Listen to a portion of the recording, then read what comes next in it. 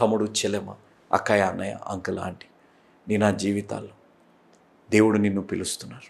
నువ్వు దేవుడి నుంచి ఎంత దూరం అయిపోయినా నీ జీవితాల్లో దేవుడు ఆయన మందిరంలో ఉన్న ఆనందం, దేవుడు ఆయన సన్నిధిలో ఉన్న ఆనందం నీకు ఇవ్వాలని, ఆ రక్షణలో ఉన్న ఆనందాన్ని నీకు ఇవ్వాలని ఆశ కలిగి ఉన్నాను.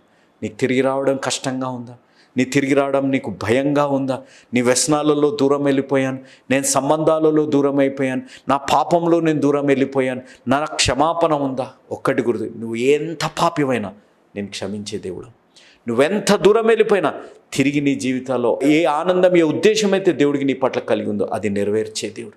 నువ్వు ఏ దూరంలో నువ్వు వ్యసనాలలో వెళ్ళిపోయినా అది జయించే శక్తి ఇచ్చే దేవుడు.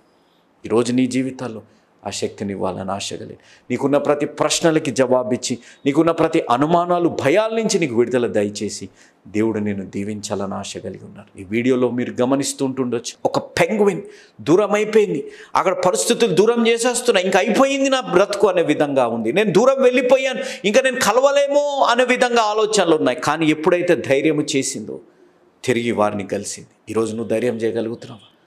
నీ పోరాటము నీదే, ఇంకొకరు నీ కొరకు పోరాడరు. నీ కొరకు పోరాడింది యేసయ్య ఒక్కరే. ఈరోజు మీ వీడియోలో మీరు గమనిస్తే 100 జీబ్రాలు ఉన్నాయి సుమారుగా. ఒక జీబ్రాను ఒక్క సింహం పట్టుకుంటే 99 ఆగిపోయి చూస్తున్నాయి. కానీ ఆ జీబ్రా తన పోరాటాన్ని తను పోరాడింది, విజయాన్ని పొందుకుంది. ఈరోజు మనందరి పక్షాన ఒక్క వ్యక్తి పోరాడారు. ఆ వ్యక్తి యేసయ్య. ఆ ఒక్క వ్యక్తి మన పాపాన్ని భరించారు. ఆ ఒక్క వ్యక్తి మనని పరిశుద్ధ మార్గంలో నడిపించడానికి ఆయన పరిశుద్ధమైన రక్తాన్ని త్యాగం చేశారు. అదే యేసయ్య. ఈరోజు దేవుడు నిన్ను తిరిగి రమ్మని పిలుస్తున్నాడు. నువ్వు తిరిగి రాగలిగితే నీ జీవితాల్లో ఏ దుఃఖం, ఏ నిట్టూర్పులు ఉండకుండా దేవుడు నిన్ను ఆశీర్వదించాలని ఆశ కలిగి ఉన్నారు. నీ జీవితంలో ఆ దేవుడు నీకు సంతోషాన్ని ఇవ్వాలని ఆశ కలిగి ఉన్నారు. నువ్వు ఉన్న దాంట్లో సంతోషం లేదేమో, నువ్వు లేని దాని కొరకు ఆశిస్తున్నావు, లోకంలో నువ్వు సంతోషాన్ని వెతుకుతున్నావేమో. కానీ వీడియోలో ఈ ముసలైన దేవా మమ్మల్ని క్షమించండి తండ్రి, మమ్మల్ని క్షమించండి తండ్రి, ఉన్న దాంట్లో మేము సంతోషంగా లేమయ్యా. ఈ వృద్ధాప్యంలో ఉన్న వ్యక్తి వర్షంలో తడిసిపోయిన ఆహారాన్ని ముద్దలుగా చేసుకొని తింటున్నాడు. చిన్న బాలుడు దొరికిన ఆహారానికి ప్రార్థన చేసుకొని తింటున్నాడు. మా జీవితాల్లో ప్రభువా, మా 5 వేళ్ళు నోట్లోకి 3 పూటలు వెళ్తున్నా సంతోషం లేదు తండ్రి, మమ్మల్ని క్షమించు.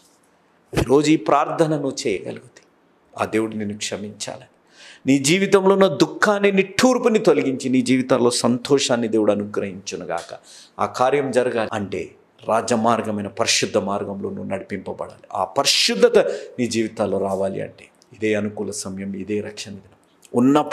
ఉన్న చోటున మన పాపాలని మనం ఒప్పుకోగలిగితే, దేవుని సొంత రక్షకునిగా మనం అంగీకరించగలిగితే, ఆ దేవుడు నీ జీవితంలో ఇరుకులున్నా, ఇబ్బందులున్నా, నీ జీవితాల్లో ఎడుదొడుగులు, కష్టాలు, శ్రమలు, ఎత్తుపల్లాలు లాంటి జీవితాలు నీ జీవితాల్లో, మానసిక రుగ్మతలు నీ జీవితాల్లో ఉన్నా, నువ్వు దీనికి దేవుళ్ళలోకి రావడానికి అయ్యో నేను పాపంలో దూరం వెళ్ళిపోయాను, సంబంధాలలో దూరం వెళ్ళిపోయాను, నా శరీరాన్ని ఇష్టానుసారంగా వాడేసుకొని పాపంలో ఉండిపోయాను అని ఒక ప్రశ్నార్థకమైన జీవితాల్లో నువ్వు తిరిగి రా.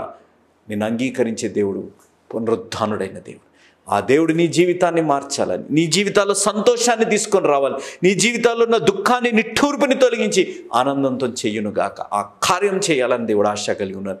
ఆ కార్యం జరగాలంటే ఈరోజే ఒక నిజమైన యేసు అనుచరుడుగా మారాలి. ఎందుకనగా యేసు మార్చేది జీవితాలు, మతాలు కాదు అనేది మీరెవ్వరూ మరవకండి.